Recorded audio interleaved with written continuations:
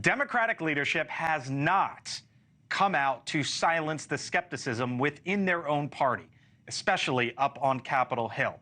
Polls in the battleground states show Donald Trump is winning. And today, the president's man in charge of the swing states released a memo explaining why the campaign believes the skeptics have it wrong. He is Dan Kanninen, Battleground States Director for the Biden campaign, and joins us live here on the Hill. Dan, thank you for running to the camera. Appreciate the time, as always, sir. Let's start here. Hey, Blake. You spend time around President Biden.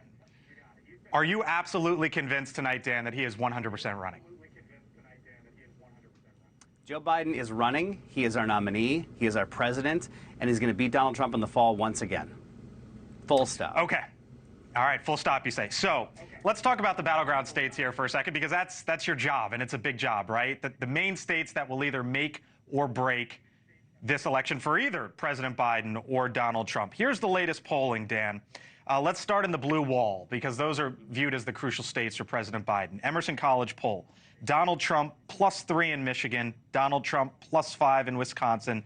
+5 in Pennsylvania. How many of those states, Dan, do you need to win in order to win the election as you and your campaign see it?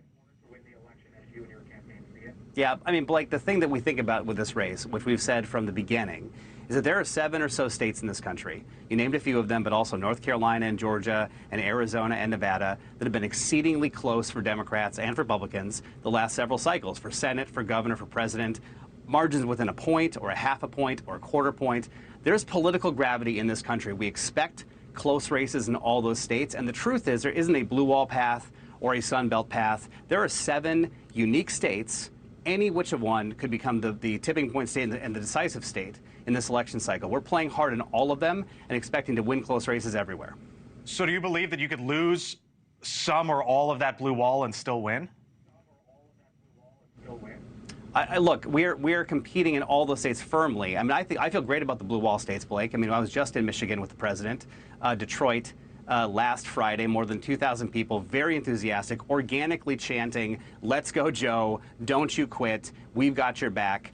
There's energy on the ground. We just hit 100,000 doors in our program, Battleground States, just last week. What we get back in those conversations against what we expect in the analytics and the modeling is very strong. We think that the electorate is still where it needs to be to deliver a victory for Joe Biden, and we've expected a close race and a tough race. I'm not going to sugarcoat that. I said that in the memo today. Right. We always have known this to be a tough race and a close race, but our campaign is designed to win a close race, and we're competing in all those places with that purpose.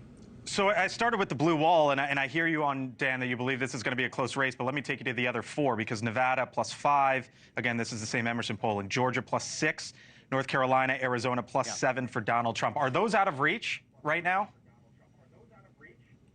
No, and anyone that thinks a poll in July is predictive of an electoral result in November has not looked at 2022 or 2023 or even 2020. The reality is voters are not snapped into this election.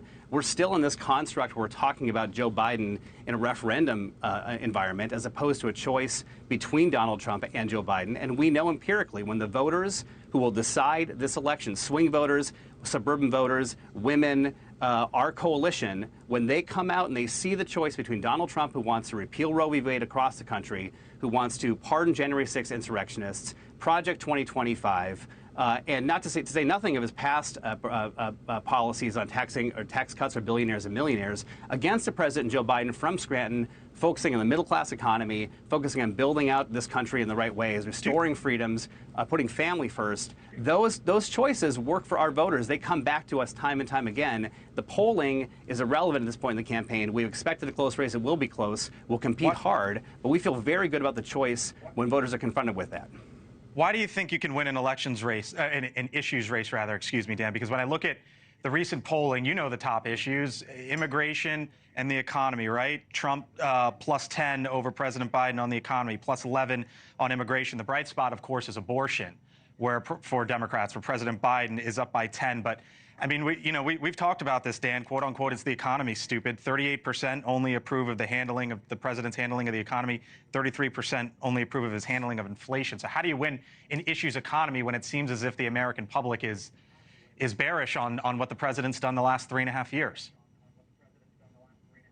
The issues and the record of Joe Biden are popular across the board, especially with the voters that win elections. Just look at prescription drug price reform. $35 caps on insulin is so popular, Trump wants to pretend that he did that. He did not do it. Joe Biden did it.